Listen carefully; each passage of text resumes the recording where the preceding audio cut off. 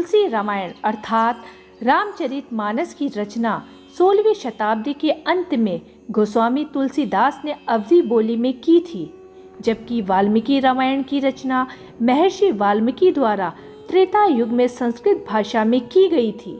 किंतु क्या आप जानते हैं कि हनुमान जी द्वारा भी एक रामायण की रचना की गई थी, जिसे हनुमत रामायण कहा जाता है, जिसे हनुमान जी ने स्वयं समुद्र में फेंक दिया था।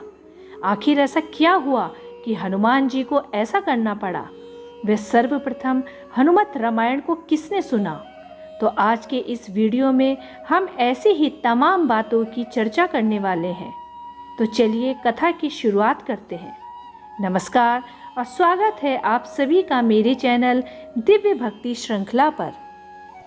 यद्यपि इसमें कोई दो मत नहीं है कि प्रभु श्री राम की कथा का प्रारंभ कब हुआ, ये कोई नहीं बता सकता, क्योंकि जब भी राम कथा के मौखिक वर्णन की बात होगी तब अशोक वाटिका के इस प्रसंग को भी नहीं बिसराया जा सकता, जब महावीर हनुमान जी लंका में अशोक वाटिका के उस वृक्ष पर बैठे थे जिसके नीचे माता सीता विराजा करती थी, और उन्होंने माता सीता को अपना परिचय देने के लिए एक भजन के रूप में पूरी राम कथा सुनाई थी। हालांकि वह कथा उस समय तक ही थी जो माता सीता को यह अवगत कराने के लिए हनुमान जी ने सुनाई थी कि वो प्रभु श्री राम के ही दूत हैं, कोई मायावी नहीं। पूर्ण राम कथा के मौखिक वर्णन के बारे में गोस्वामी तुलसीदास जी ने लिखा था कि सर्वप्रथम श्री राम की कथा भगवान शंकर ने माता पार्वती को सुनाई थी, और जिस स्थान पर भगवान शंकर माता पार्वती को श्री राम कथा सुना रहे थे उसी के समीप एक कौवा अपने घोंसले के भीतर बैठा उस कथा को बड़े ध्यान पूर्वक सुन रहा था। आश्चर्य की बात यह है कि वो कथा पूरी होने से पहले ही माता पार्वती को तो नींद आ गई, परंतु उस कौवे ने पूरी राम कथा सुन ली। कालांतर में उसी पक्षी का पुनः जन्म काक भुसंडी के रूप में हुआ था, और उन्होंने अपने पूर्व जन्म में सुनी प्रभु श्री राम की कथा गरुड़ जी को सुनाई थी। क्योंकि वाल्मीकि रामायण सबसे प्राचीन, प्रमाणित और चर्चित मानी जाती है, तो इसके रचयिता वाल्मीकि जी के जीवन से जुड़ी उस घटना से हम सभी को अवगत होना ही चाहिए, जिससे उन्हें श्री राम की भक्ति की प्रेरणा मिली थी। पौराणिक कथाओं के अनुसार एक महान रचनाकार और महर्षि बनने से पहले वाल्मीकि जी रत्नाकर नाम से चर्चित थे, जो लूटपाट किया करते थे। एक बार एक निर्जन वन में नारद मुनि को देखकर रत्नाकर ने उन्हें भी लूटने का प्रयास किया। तब नारद जी ने रत्नाकर यानी वाल्मीकि से पूछा कि ऐसे निम्न स्तर का काम तुम क्यों किया करते हो? इस पर रत्नाकर ने उत्तर दिया कि वो अपने परिजनों के पालन पोषण के लिए ऐसा करते हैं। मित्रों, तो श्री नारद जी ने पुनः प्रश्न किया कि तुम अपने जिन परिजनों के पालन के लिए इतने अपराध करते हो, क्या वो सभी तुम्हारे पापों का भागीदार बनने को तैयार होंगे? तब इस प्रश्न का उत्तर जानने हेतु रत्नाकर ने नारद को पेड़ से बांध दिया और घर जाकर पत्नी और एक एक कर सभी सदस्यों से पूछा कि क्या तुम सब मेरे पाप में भागीदार बनोगे? रत्नाकर के इस प्रश्न का किसी के पास कोई उत्तर नहीं था। सबको चुप देखकर रत्नाकर घोर आश्चर्य में पड़ गए और बड़े ही दुखी मन से लौटकर देवर्षि नारद के चरणों में गिर गए। तब देवर्षि नारद ने कहा, हे रत्नाकर, जिन परिजनों हेतु तुम निरंतर पाप कर्म करते रहे हो, वही इसमें भागीदार बनना नहीं चाहते, तो भला क्यों उनके हेतु तुम ऐसे पाप कर्म किया करते हो? इस प्रकार नारद जी ने रत्नाकर को जीवन के सत्य से परिचित करवाया और उन्हें राम नाम का जप करने को कहा, जिसके लिए रत्नाकर सहर्ष तैयार हो गए। परंतु समस्या ये थी कि वे राम नाम का उच्चारण ही नहीं कर पा रहे थे। तब नारद जी ने सोचा और एक युक्ति निकाली और उनसे मरा मरा जपने के लिए कहा, और तब मरा मरा रटते रटते यही राम नाम बन गया।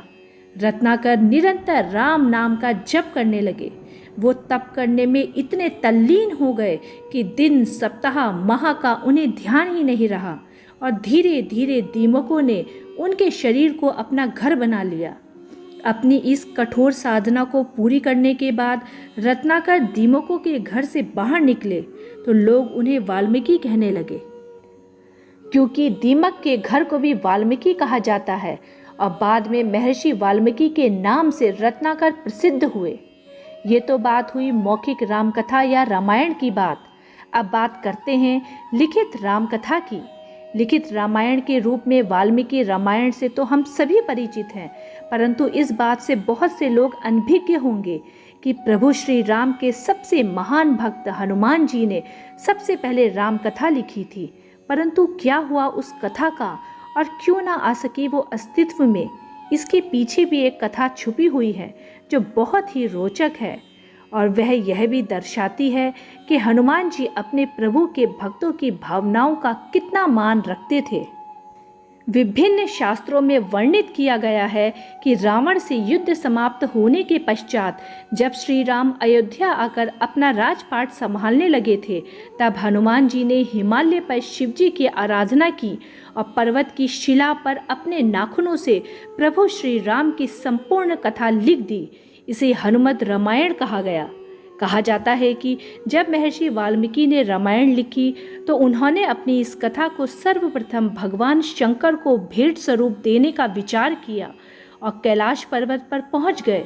परंतु वहां पहुंचकर उन्होंने देखा कि वहां पर तो हनुमान जी ने पहले से ही रामायण लिख डाली थी।